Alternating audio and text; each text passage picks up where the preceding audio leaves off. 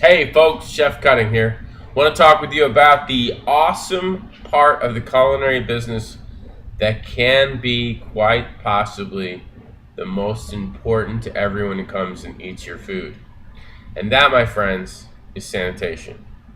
Now, I can't teach the whole sanitation class, but I do have a certification to teach it. So, what I'm going to talk with you about is the things that are the most important to remember, and that's the groups in which we cause foodborne illness. Now, foodborne illness is caused by three things: bacteria, physical, or chemical. Those are the three things that cause foodborne illness. Now, one of those things is toxin. We'll get to that in a second. But this is a very interesting part of the culinary world because not a lot of people understand that there is a possibility that you could make someone very sick or even possibly die if you don't understand the rules of sanitation. We're going to go ahead and get started on a couple of things that have to do with bacteria. Now, bacteria is a very simple thing. It is caused by violating time and temperature. And those two things, time and temperature, are what cause all foodborne illness. So, knowing that, you've got to ask yourself the question, well, how much time and what temperature are you talking about, Chef? Well, the time is 4 hours cumulative. So if you have 4 hours of which you have allowed the time for the food to be within the temperature danger zone, this food should be discarded. You should never serve food that's been sitting out in room temperature for more than 4 hours. Now let me give you an example of that. First of all, let's just say you're a butcher. You've got a big side of beef that came in and you've trimmed it. Now let's just say that you don't have a cooler big enough to trim in. So you're trimming outside the cooler. Well, the moment that beef side falls above 41 degrees Fahrenheit, you are now in the danger zone. Now let's just say it takes him a whole hour and a half to trim that side of beef.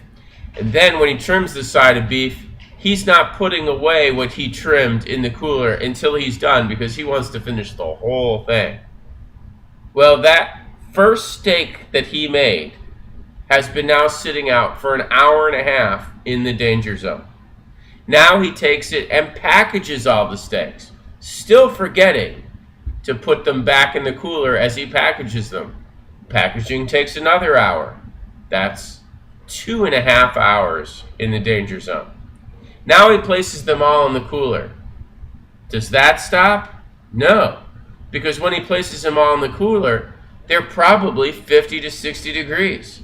So it's probably going to take another hour before that steak falls back below 41 degrees. Now I mentioned 41 degrees. Anywhere between 41 and 135 is what the Federal Health Department says is a violation of keeping food for food preparation. So, now that you know what the danger zone is and how the time is accumulated, let's look at you now as the consumer. So let's say that you go to the Jewel. Not that the Jewel does this, but let's just say you go there. And then you walk in and you see there's a great looking steak. You pick the steak up, you bring it over with all your other groceries. You're probably in the store for another 30 minutes. You cash out, you get in your car, probably drive for another 15 minutes. Then you go over to your refrigerator that's not anywhere near as cold as an industrial cooler, and you place the steak in there. You see where I'm going with this? Now your steak has expired from those 4 hours. You haven't even made it yet. Now, the government regulates people like butchers and other things to make sure that they don't do what I just said. But the possibility exists that they do. So now what happens? Well, I told you about the three things, right? Bacteria, chemical, physical.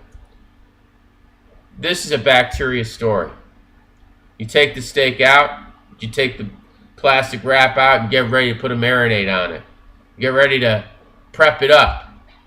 And you've done that, and some of the instructions says let it sit in it for 10 minutes at room temperature.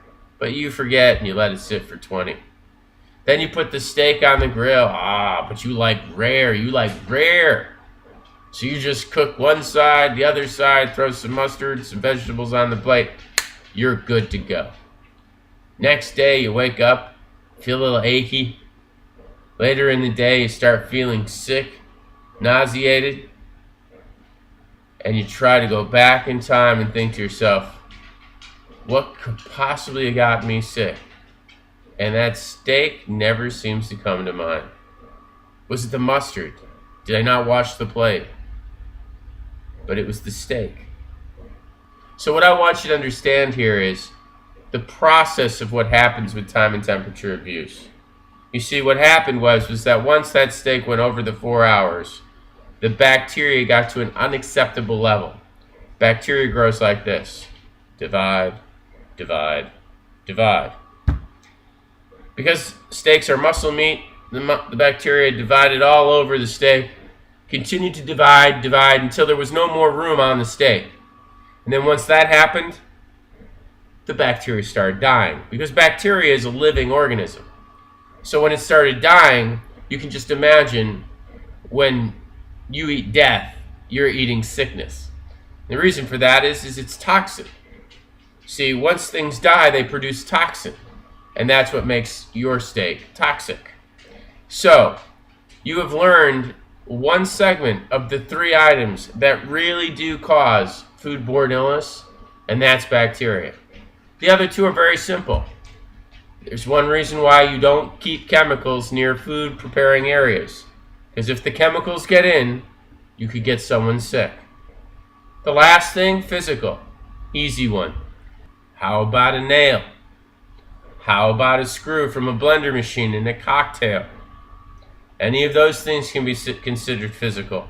How about metal shavings from a tin can you opened up to make the marinara, and the metal shavings made it into the sauce? That's physical. All of those things can seriously injure people. Broken tooth, cut gum, stitch in the mouth. You see, I show you great recipes on how to make food, but I also make sure I observe all of these rules that apply to making safe and wonderful food. Down here is a website that you can go to get certified, ServSafe. These people do it for the entire country. I'm a proctor for ServSafe. I can honestly tell you that is what you need to be able to be conscious about how you make food each and every day. You'll have to read this book.